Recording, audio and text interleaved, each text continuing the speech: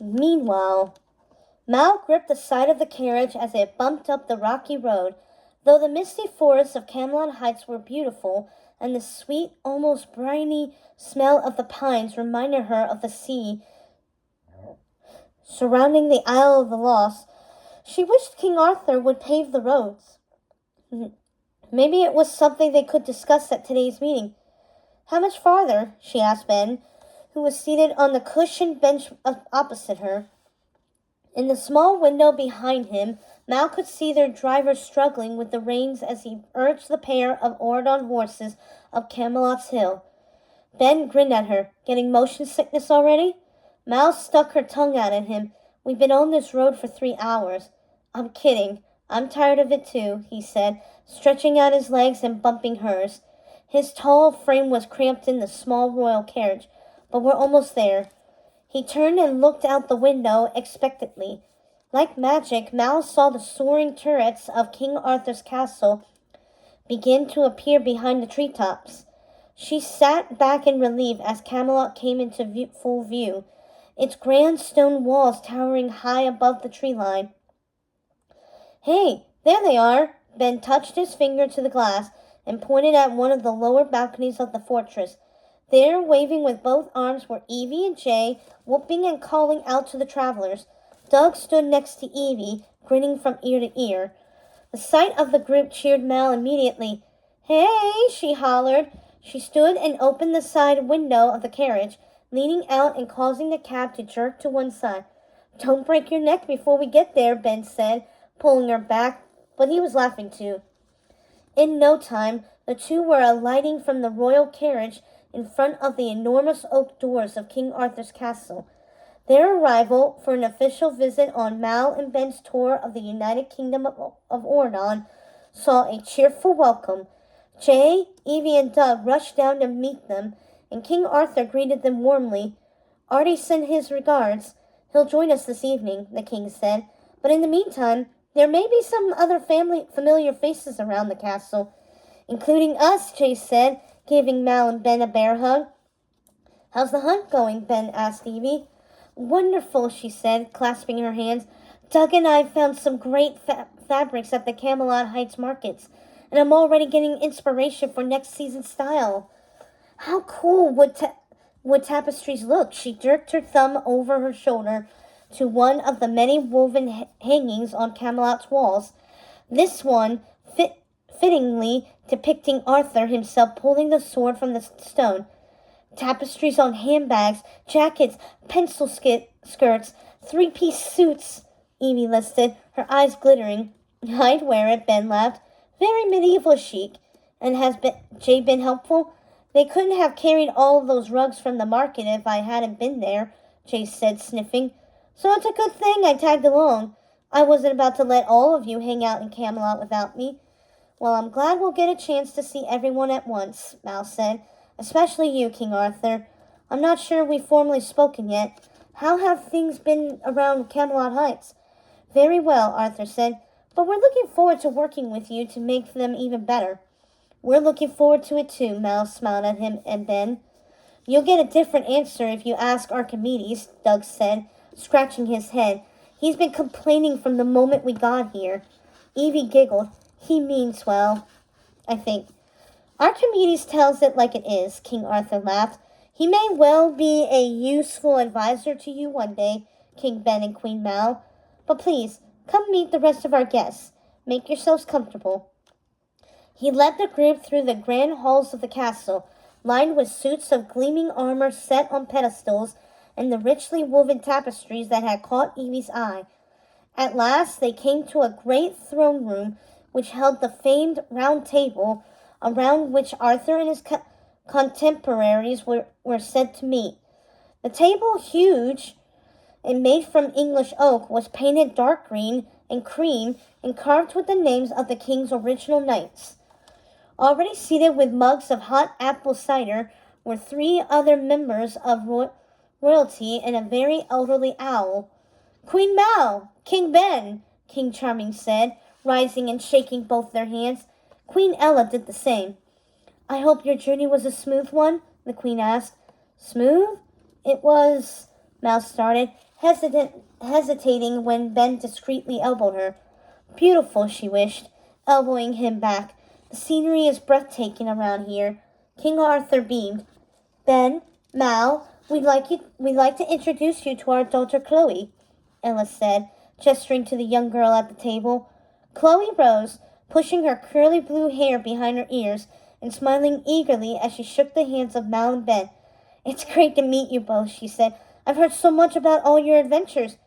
Good things, I hope. Ben chuckled. And bad, added Mal. It's good to meet you, too. Chloe's going to Auradon Prep next year, Doug chimed in. She's been wondering what to expect. Ah, Auradon Prep. Archimedes, Merlin's right-hand owl, spoke up wistfully. He gestured toward the 3 cups of steaming hot cider in front of the empty spots at the round table for the rest of the guests.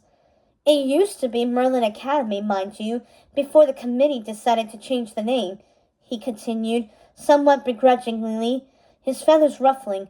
But perhaps it was for the best. Quite a bit of trouble when Merlin was headmaster. It's grown a lot since then, King Arthur said. I know I was a handful enough for you both back when I was a student. I always wondered how you managed with hundreds of students instead of one. What kind of trouble was there? Evie grinned wickedly, taking her seat. Oh, cursed fines, stolen books, dragons, a mysterious disappearance. The stories I could tell about your parents, Archimedes hooted. But perhaps I'll save those for a different time. I'm sure I can imagine, Mal shook her head. My dear Archimedes, Ella nodded at the owl, don't you go telling tall tales about me in front of my daughter. Are they tall tales if they're true? Charming winked at his wife. Like what, for example? Chloe asked, raising her eyebrows. Something about unauthorized use of magic, trespassing in the dungeons, an epic battle, Archimedes guffawed, then cleared his throat when he saw Ella fixing him with a regal glare. But I couldn't really say. My memory isn't what it used to be, alas. Nothing you need to concern yourself with. The Queen took a prim sip from her mug. Doesn't sound like it has our generation of Auradon Prep beat, though, Jay said, crossing his arms. We got up to some stuff. It's a wonderful school, Evie said, smiling. You'll like it a lot, Chloe. All I've ever had are lessons from my tutor and governess, the princess confessed, wrapping her hands around her mug. They're both chill, but I can't imagine what a real school's like, and Chad never really told me much about it, she shrugged. Chad, I bet he didn't, Jay snorted. Then he glanced at King Charming and Queen Ella. I mean, because he's such a busy man, he finished. Charming and Ella smiled at the compliment, but Chloe smirked, seeming to know how Jay really felt about her brother. Chad had his moments, I guess, Evie said under her breath. Then to Chloe, well, for starters, I'm sure you'll make lots of friends. And everyone lives on campus, so you'll get to see each other all the time, Jay grinned. You might even make friends with people you'd least expect to, Mal said, looking slyly at Ben. That's important, Doug added.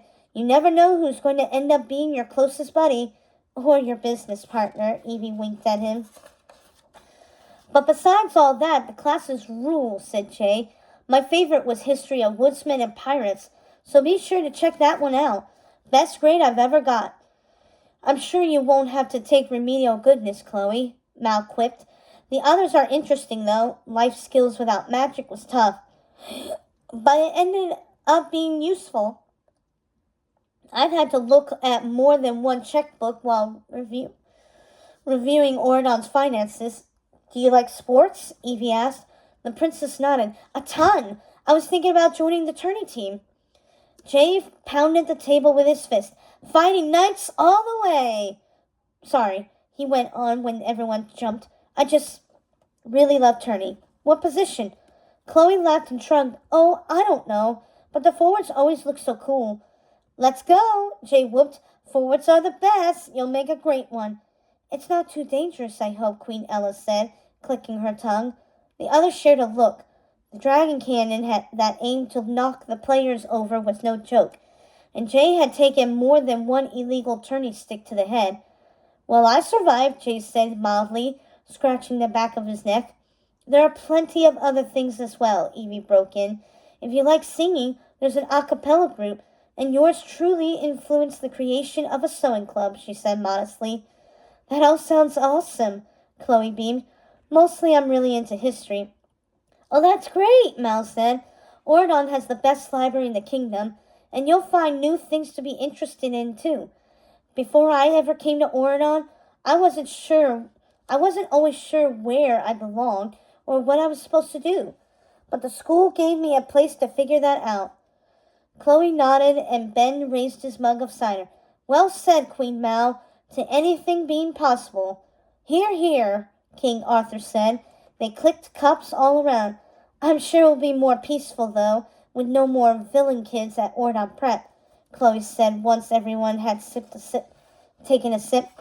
I know they were, well, villains. No offense, she glanced at Mal, Evie, and Jay, but I'm sure it'll be different now.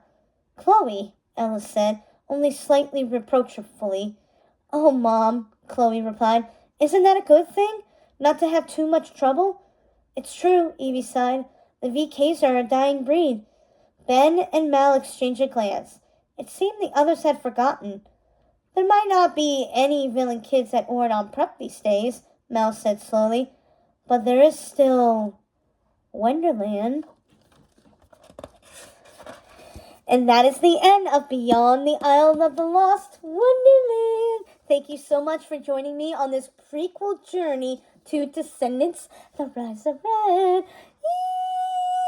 And now, join me next time as we start reading Descendants, The Rise of Red.